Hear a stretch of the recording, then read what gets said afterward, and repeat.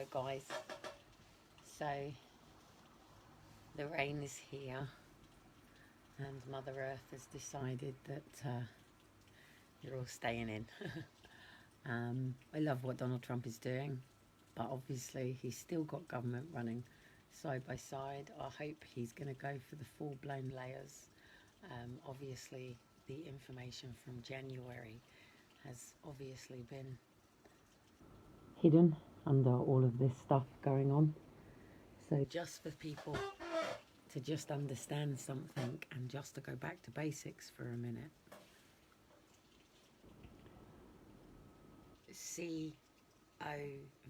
COVID pretty much changes every year than the 1819. So in America, not here in the UK, but in America, and then obviously the World Health Organization, which is predominantly led, I think China sort of has the majority of the say there. I tell you what, I'd love to live in Zimbabwe. Zimbabwe have announced today that they are going to allow both alternatives. So they are saying no to the vaccinations first, and they are educating their country on natural health. So basically, if you just imagine a subsection, so influenza, which is basically anything to do with a cold. So any single person with any symptoms of any cold, blah, blah, blah, blah, blah, blah, blah, blah, blah. So you... Do you know what? It's like watching a fucking pantomime. It really is. It's like watching EastEnders. I mean, my social media, everything from my LinkedIn to my Twitter to my Facebook to Instagram, email or whatever is accessed. Hello there, Deborah. Hi, Kelly, and Anne Marie. Is sort of is linked up to everything. So when I come on and have a look, I see everything. So I see all of the comments that are being tweeted by our own MPs and every country. I haven't got it fully set up the way that it should have been probably 5 years ago, but obviously my life took a big change from October. So basically, what people don't realise is everything comes together under a calendar. And I think it's really sad right now, to be honest, because even just the proof in the pudding here. I don't know if you can hear my drones. Can you hear that? That's basically the fact that the leaves haven't been. So when sort of Easter comes around, we the human beings and clucky mummies are so used to doing spring cleans, and part of that spring clean is a massive part of maintaining our homes and the world around us. And without it, I mean, I think Donald Trump really sort of needs to grab hold of Boris Johnson and make him realise that, you know, it's okay to focus on one problem, but when it's ignoring another 1,000 problems that are getting worse, then you have to make a change. And you shouldn't have to be educating your country on basic health and basic disease and things like that. I mean, I think one great thing out of all of this, forget the masks as in the world that you're heading into, but think of the masks as just respiratory. And I'm somebody who's been failed by the NHS for years and years and years and years. And it's no different to what's going on now. So basically, they will only deal with people who are literally, the airways have gone. But with someone like me with EDS, I know when my vocal cord is going to start causing problems. Hence now you're hearing the tone of my voice changing, blah, blah, blah, blah, blah. So I know when I'm going to go into what I call red mode. Now I'm going for a walk with a social worker tomorrow. I'm really, really hoping that my phone charges because I need to keep recorder on me at all times. And I actually want to walk and talk live with her without her realising for a bit. Because One of the things about all of this is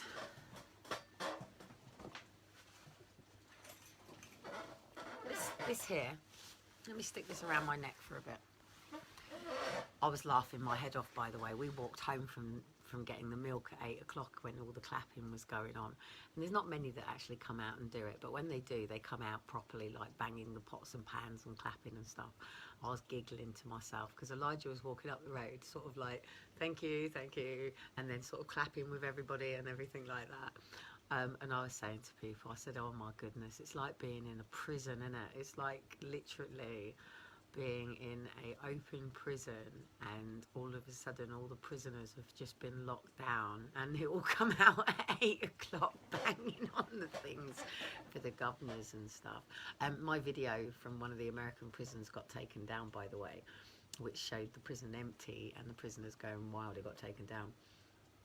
And also everything else that I say about the links to everything that's going on with this being about, you know, vaccinating you all and, you know, pushing everything else. I'm just literally trying to find the proof of the date, and I don't ever like to pick up on anybody who writes anything or posts anything. It always has to go back to source. Unfortunately, our Amber doesn't do this, but when you deal with me, that's what happens. I'm a university graduate, so one thing I understand is plagiarism, going back to source, No disrespect to Amber, I'm not dealing with somebody who's gone all the way through the levels of education to understand how these people are basically running their system.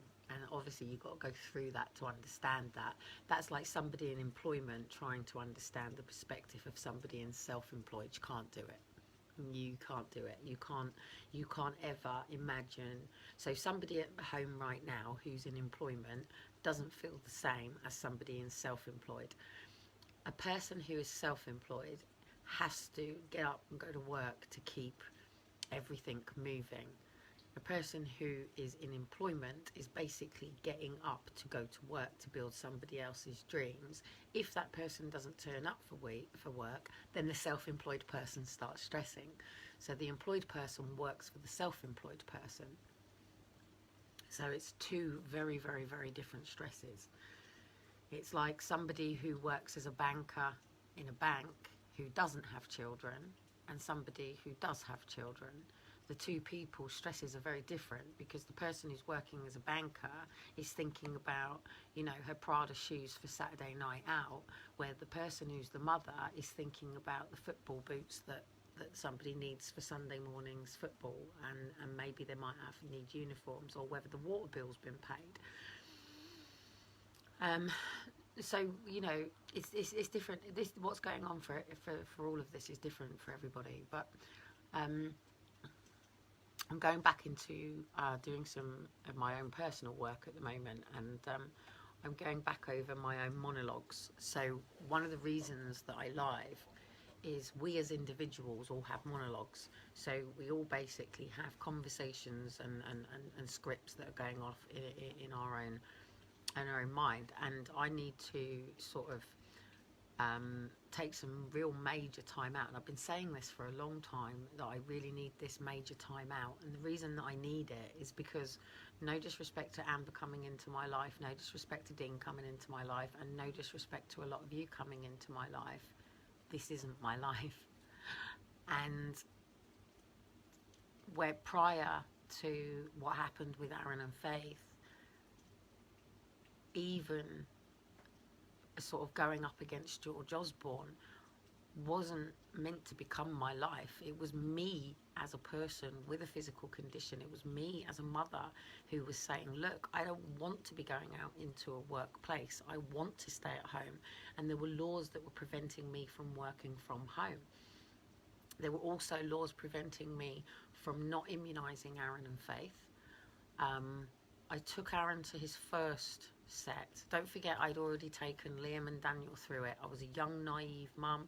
I just followed, led by the health visitor, and the health visitor is obviously led by, you know, the World Health Organization, that said literally, you know, when our children are 6 months old, 6 weeks old, we have to go and stick this injection in. Our child's going to get very sick, very ill, might even end up with cough, colds, fevers, you know, could potentially end up with respiratory problems. And then after about 3 or 4 days, they'll be all right. But don't worry, they're protected from all of these diseases that they say they're going to protect them. And as a mother back then, you know, I never questioned anybody because I never really I was a kid myself, for fuck's sake. You know, when I brought Liam into the world, I'd only just turned 18. You know, so I just did what everybody else did. I mean, I don't think I was immunised. I don't remember all of that stuff, but I do remember the BCG at school, and I remember thinking, why is someone sticking this fucking needle into my arm and giving me all this stuff when I'm well? And you know, and you get sick, and then it's like, but has it really done anything? Has it really changed anything? If these injections were really protecting us from all of these diseases and all of these things, then okay, you can say, well, you know, we don't have polio, we don't have, you know, these problems so much, but I remember Daniel getting measles. You know, I can chicken pox. Sorry, you know, Daniel had chicken pox. Daniel had chicken pox like absolutely mental and madness. Okay, he scratched. Okay, but at the end of the day, we came through it, and we came through it with good old traditional methods and things like that. But when I had Aaron and Faith, it was different. I'd already come out of a wheelchair. I'd already given up my medication. I'd already started challenging the health organisation on how they were managing me with my diagnosis, and they were taking me down this, I'm disabled and I can't do this and you don't do that and you shouldn't do this and this is what's going to happen to you, and oh, you know, your life expectancy is different to everybody else. You know, could you imagine going into hospital and being told you got coronavirus, you got 5 days to live? Tell me I've got coronavirus and I've got 5 days to live. I'll fucking live them best 5 days of my life, and I'll prove to you your 5 days was absolute bullshit, mate. Just like Boris Johnson. Be he live or be he dead, I rend his bones to make my bread. But you know, it's crazy. It's crazy. It's crazy. It's crazy that this. I said 18 months right back at the beginning. How long does it? Right, it's 21 days to change a habit, right? But when you've got to deal with this amount of people and you've got to try and get this amount of people all on one page, all on the same page, all focused on the same thing, you know, it's fucking difficult. But obviously they're going to go for the G5 load up again.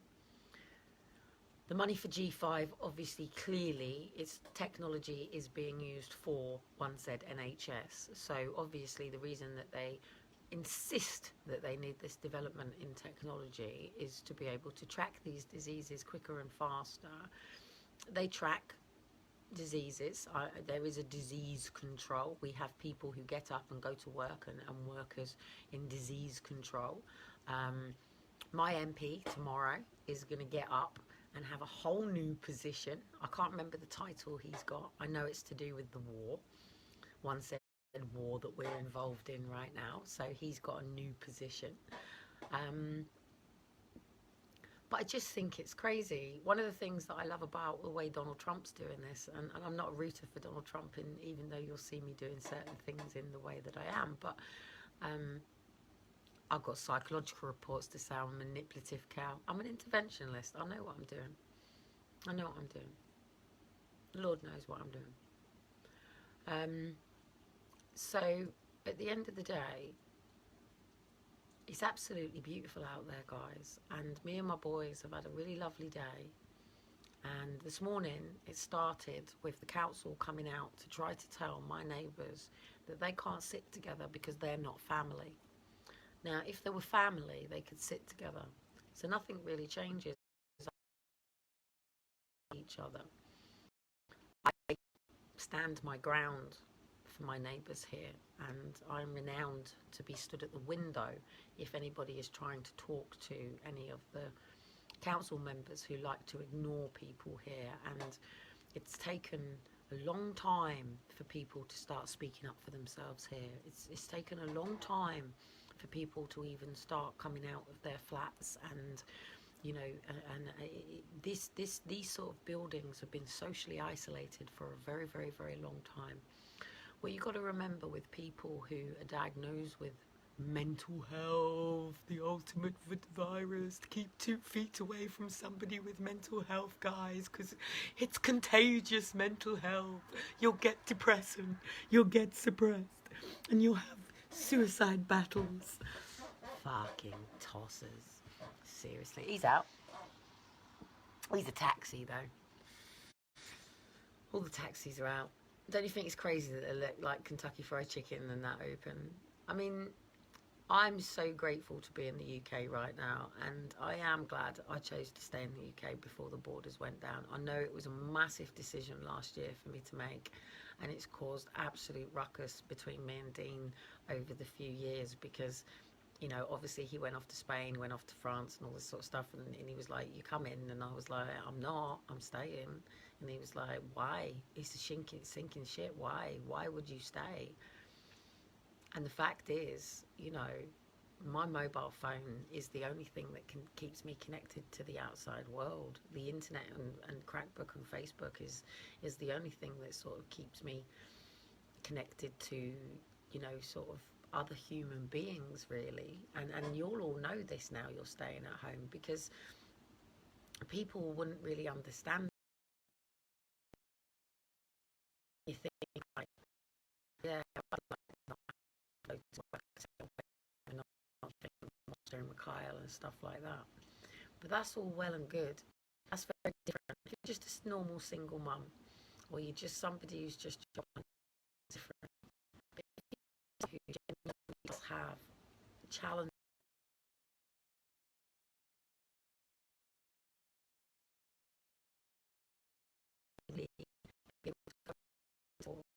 and can't cope with the world out there. And, you know, having your home is so important. Your home is your identification. Your home is your personal space. Your home is your safe, where you express, you let yourself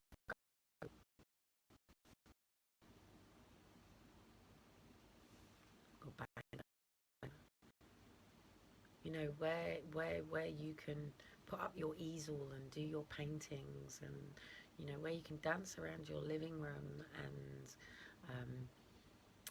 you know, get up in the morning and do your little meditations, and you know, go out and run. And unfortunately for people who are in benefits, they don't have a choice about the home that they're in right now. If you're in council, but I tell you one thing you will see from council, you'll see real community. Something that you're not going to see for people that are in their big homes and their gates and things like that, and their staff can't come to work because it's not necessary to go and clean somebody's house just because they pay them to do so, unless they're actually coming to clean their house because, you know, they've got no arms, no legs. And that's different. That's different. But I hope to God this gives carers an absolute fucking ruck up the arse, because you're all clapping for carers. You come and ask the people with the disabilities how they feel about having carers.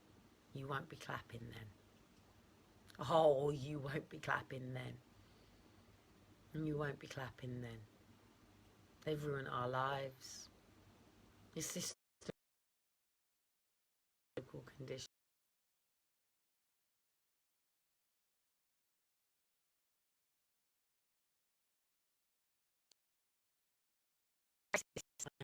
Life. I mean, it was amazing.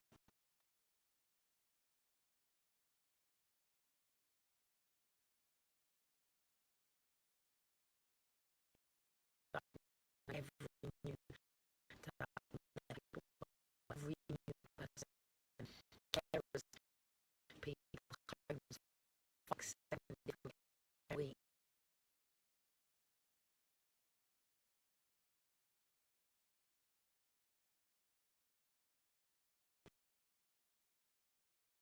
consistency.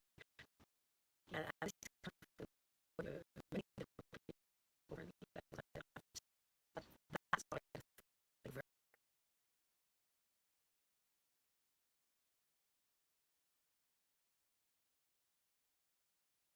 thrive without